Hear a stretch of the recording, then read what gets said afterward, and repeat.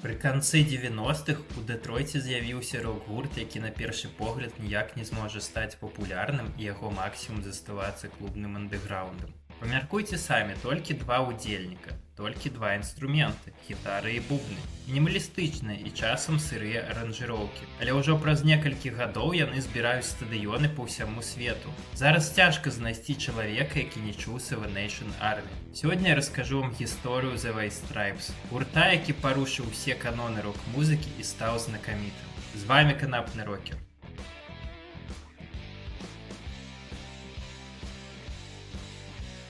Джон Энтоні Гілліс нарадзіўся ў 1975 годзе ў Дэтройце, штат Мічыган. Ён малодшы з 10 дзяцей у сям'і.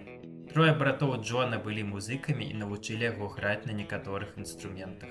Джон слухаў іншую музыку, чым большасць яго аднагодак. Яму падабаўся блюз і стары рок 60-х. Сярод ягоных любімых рок-гуртоў былі The Doors, Pink Floyd, Led Zeppelin. А сваёй любімай песняй ён назваў кампазіцыю Sunhouse Grinning in Your Face. By the time I was about 18, somebody played me Sunhouse. That was it for me. This spoke to me in 1,000 different ways. I didn't know that you could do that, just singing and clapping. And it meant everything. It meant everything about rock and roll, everything about expression, creativity, and art. One man against the world in one song. У першым класе ён пачаў граць на бубнах, гітара тады яго не асоба цікавіла. Джон рос у каталіцкай сям'і і сур'ёзна разглядаў варыянт стаць свяшчэннікам, але любоў да музыкі перамагла. У 15 ён пачаў навучанне абіўцы мэблі ў сябра сям'і Брайана Малдуна. Малдун пазнаёміў Джона з панк-рокам і падштурхнуў стварыць уласны гурт. Але з-за таго, што Брайан таксама граў на бубнах, Джон стаў гітарыстам і вакалістам гурта. Яны запісалі альбом Makers of High-Grade Suits пад назвай Upholsterers, што перакладаецца як абіўшчыкі.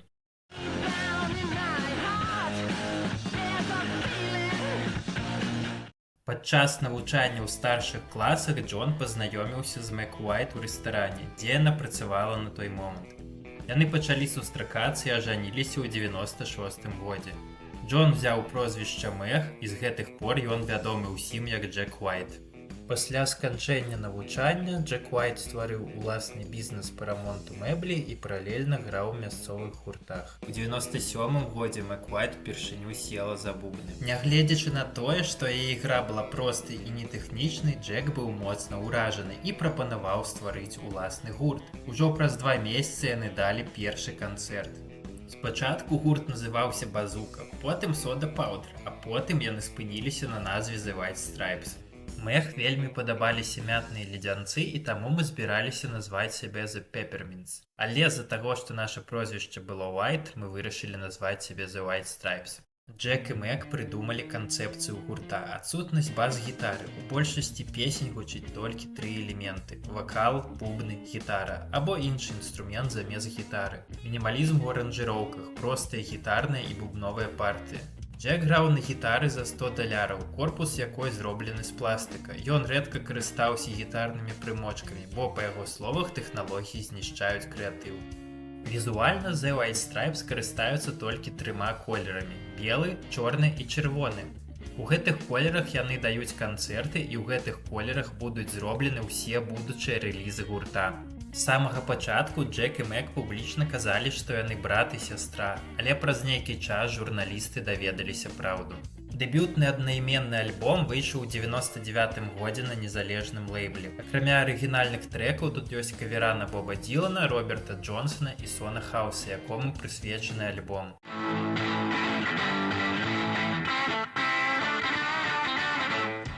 Музычна гэта самы цяжкі альбом The White Stripes. Ён спалучае гаражны рок, панк, блюз і кантры. На слайд-гітары ў 2 трэках грае Джонні Уокер.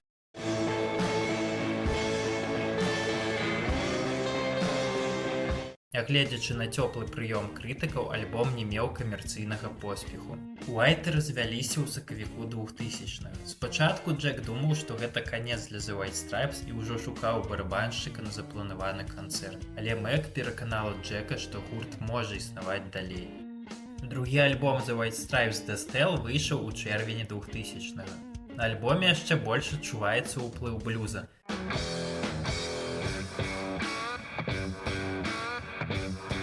Пасля гэтага рэлізу гурт стаў вядомы за межамі Дэтройта.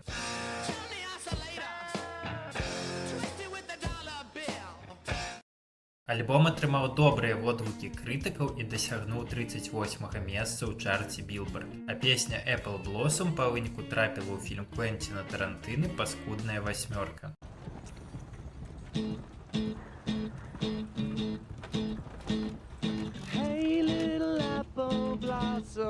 Але на момант выхаду альбома The White Stripes яшчэ заставаліся малавядомым гуртом і сапраўдны прарыў чакаў іх напярэдадні.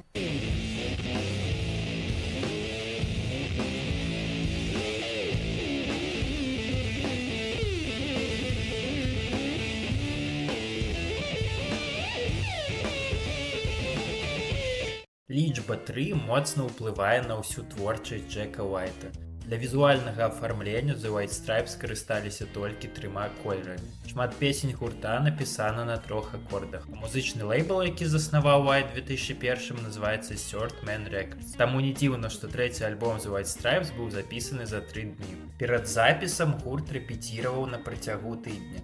Некаторыя з песень былі створаны яшчэ да запісу дэбютнага альбому і чакалі свайго часу. Гэта першы альбом The White Stripes запісаны ў прафесійнай студыі. Нягледзячы на гэта, Джек Уайт прасіў гука-інжынера, каб гурт не гучаў занадта добра. У запісу прымалі ўдзел толькі Джек і Мэк Уайт. На альбоме стала больш гаражнага року і менш блюзу ў параўнанні з мінулым рэлізам.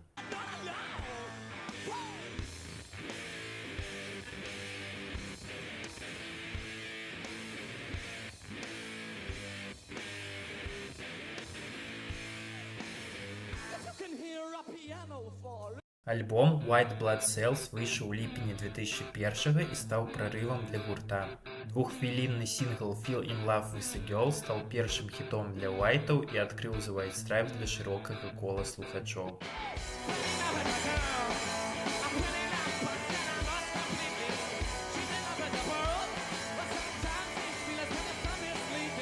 Альбом атрымаў высокія водгукі ад крытыкаў і па выніку стаў плацінавым у ЗША. Але тады яшчэ ніхто не мог уявіць, што сапраўдны прарыў The White Stripes адбудзецца праз 2 гады. Наступны альбом The White Stripes вырашылі пісаць на састарэлым абсталяванні не навей за 63 год. Са слоў Джека Уайта, падчас запісу гурт не імкнуўся да папулярнасці.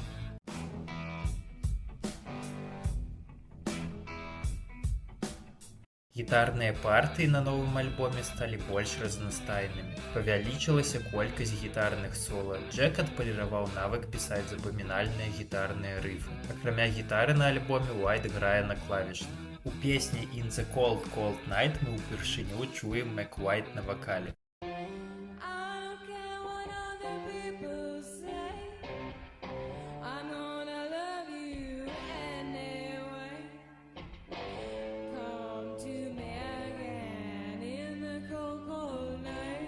Таксама дзякуючы Мэг, гурт зрабіў кавер на песню I Just Don't Know What to Do With Myself.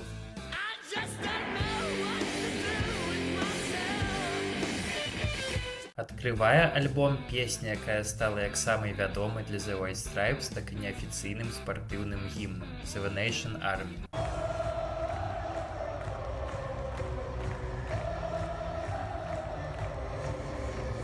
Джек напісаў гітарны рыф на паўакустычнай гітары і паказваў яго сваім знаёмым, але ніхто не ўбачыў гэтым будучы хіт. Пры першым прыслухоўванні песні можа здацца, што гэты рыф сыграны на бас-гітары.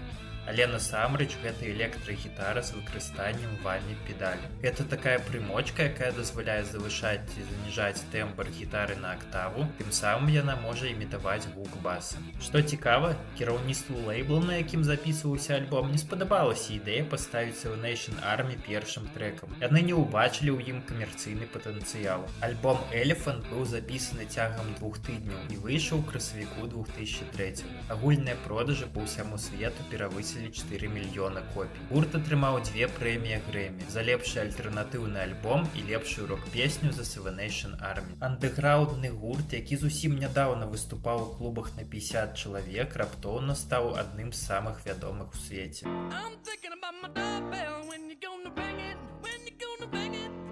The White Stripes не жадалі заставацца ў рамках гаражнага рок-гурта, таму наступны альбом White'у моцна адрозніваўся ад таго, што яны рабілі раней. Электрагітара сведзена да мінімума. Толькі адкрываючы трэк Blue Orchid нагадвае альбом Elephant.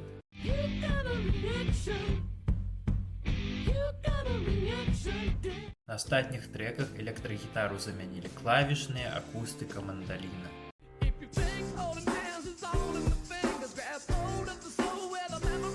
Альбом Get Behind Me Satan выйшаў у чэрвені 2005 і раскалоў фанатаў The White Stripes. Далёка не ўсім спадабалася такая рэзкая змена стылю. Але на мой погляд, гэта выдатны альбом і крута, што The White Stripes пасля такога вялікага поспеху не пабаяліся эксперыменту.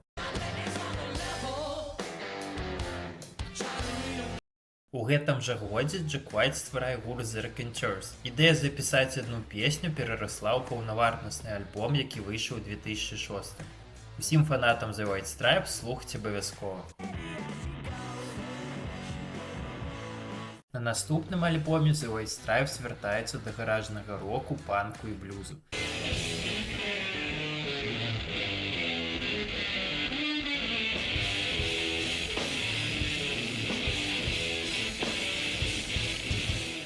Пры гэтым знайшлося месца новым для гурта інструментам, такім як валынка і труба. На альбоме прысутнічаюць трэкі з элементамі фламенка, шатландскай народнай музыкі і авангарда.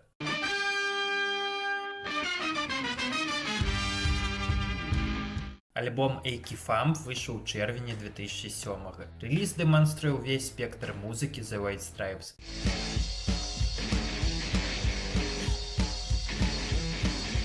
І хаця гэты альбом не планаваўся як апошні падчас запісу, на мой погляд, гэта ідэальны фінал для творчасці The White Stripes. Пасля выпуску альбому гурт ладзіць вялікі тур па Канадзе і пачынае даваць канцэрты па ЗША. Але ў верасні The White Stripes раптоўна адмяняюць наступныя канцэрты тура з-за праблем з трывожным нервозам у Make White. Гурт бярэ паўзу на 2 гады, падчас якой Джек Уайт запісаў другі альбом The Raconteurs.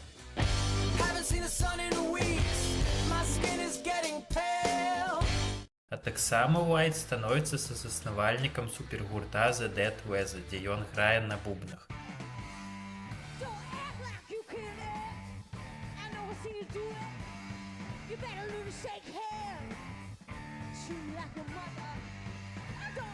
Нягледзячы на сайт праекты, для Джека застаецца прыярытэтам The White Stripes. У інтэрв'ю 2009 Уайт кажа, што The White Stripes працуюць над новым альбомам і ўжо запісалі пару новых песень. У лютым 2009 Джек і Мэг з'явіліся на шоу Конана О'Брайена. Гэта стала апошнім публічным выступам для The White Stripes.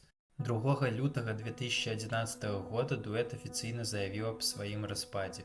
У заяве было сказана, што Джек і Мэг вырашылі скончыць сумесную творчасць не з-за нейкіх канфліктаў ці праблем са здароўем. The White Stripes хацелі скончыць кар'еру на піке формы. Такім чынам Джек і Мэг спадзяюцца захаваць тое, што рабіла гурт такім унікальным. Праз некалькі гадоў у адным інтэрв'ю Джек Уайт праліў больш дэталяў на распад. Па яго словах, Мэг цяжка даваліся публічныя выступы і папулярнасць. Яна заўсёды была замкнутым чалавекам у адрозненне ад Джека. Уайт не адчуваў зацікаўленасць у гурце Мэг падчас спроб запісаць новы альбом. Яе моцна выматаў апошні тур The White Stripes. Мэг Уайт ніколі не хацела займацца музыкай і граць на бубнах. Акрамя The White Stripes у яе не было іншага музычнага вопыту. Таму пасля распаду дуэта яе музычная кар'ера скончылася і яна знікла з публічнага поля. Што наконт далейшага лёсу Джека Уайта? Яго працавітасці можна толькі пазайздросціць. Калі вам цікава паслухаць пра сольную творчасць Джека і яго сайт-праекты, напішыце аб гэтым у каментарах. Як бы сумна на першы погляд не скончылася гісторыя The White Stripes, гэты гурт унікален тым, што ён змог спыніцца на самым піке. Яны не рабілі бясконцых рэюніян-тураў, не інтрыгавалі фанатаў чуткамі пра новыя рэлізы, не сталі пародыяй на саміх сябе ў маладосці. Гісторыя The White Stripes яркі прыклад таго, што не трэба спыняцца, якой бы твая справа не казалась страннай і бесперспектыўнай астатнім, калі ты займаешся тым, што любіш. Дзякуй, што даглядзелі.